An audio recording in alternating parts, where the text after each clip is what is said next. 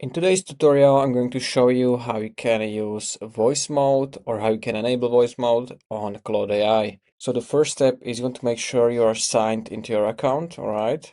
And after that, you want to open a new chat and you will see this voice mode icon over here. And if you click on it, now you can record your voice and Claude is going to transform it into the prompt.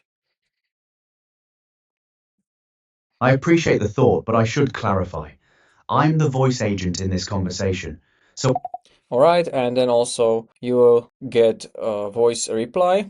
And now other way how you can do this, if you have Claude installed on your desktop, you can open your Claude and I'm going to show you one really useful thing. So if you have this desktop version, you can go to settings, then general, and you have this speak to Claude from anywhere on your desktop.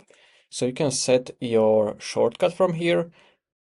I choose Alt plus X, and now if I press this shortcut anywhere on the desktop, it's going to open Claude, and I can describe him if he can help me like with specific problem.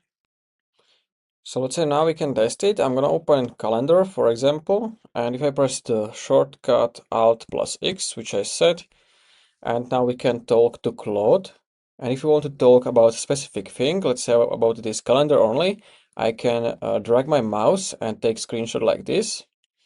And then we can talk only about this. So let's say I will ask Claude, what are some upcoming events in the next 7 days? I'm gonna press enter. And I will remove firstly what I set for the video. And then we can see, Claude, what are some upcoming events in the next 7 days? And I'm gonna hit enter.